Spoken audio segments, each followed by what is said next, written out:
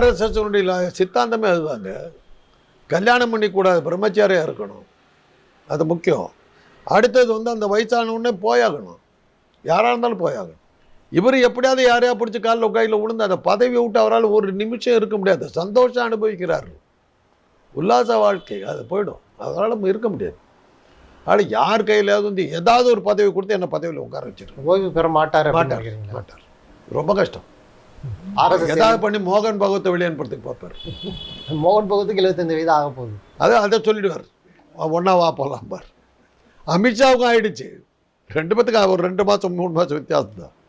அதனால தான் சுப்பிரமணிய சாமி கிளப்பிட்டார். அதை அவர் வெளியே போகிற நேரம் வந்துருச்சு அப்படின்ட்டார். கட்சிக்குள்ளார வந்துருச்சு, அந்த கேள்வி வந்துருச்சு, பார்த்துக்கிட்டு இருக்காரு. ஆனால் மோடி போயிட்டார்னா நம்ம மறுபடியும் அதே தான். எப்படி அண்ணாமலை வெளியே அமிச்சு சீமான வெளியே நீங்கள் அமிச்ச போது நான் எவ்வளோ வருத்தப்பட்டனோ, ஒரு காமெடி பேஸ் போயிட்டார்னா நம்ம எனக்கெல்லாம் எப்படியே பொழப்போம், ஒன்றுமே இருக்காதுங்க. நீங்கள்லாம் டிவியெல்லாம் மூடிட வேண்டியது தான் மோடி போயிட்டார்.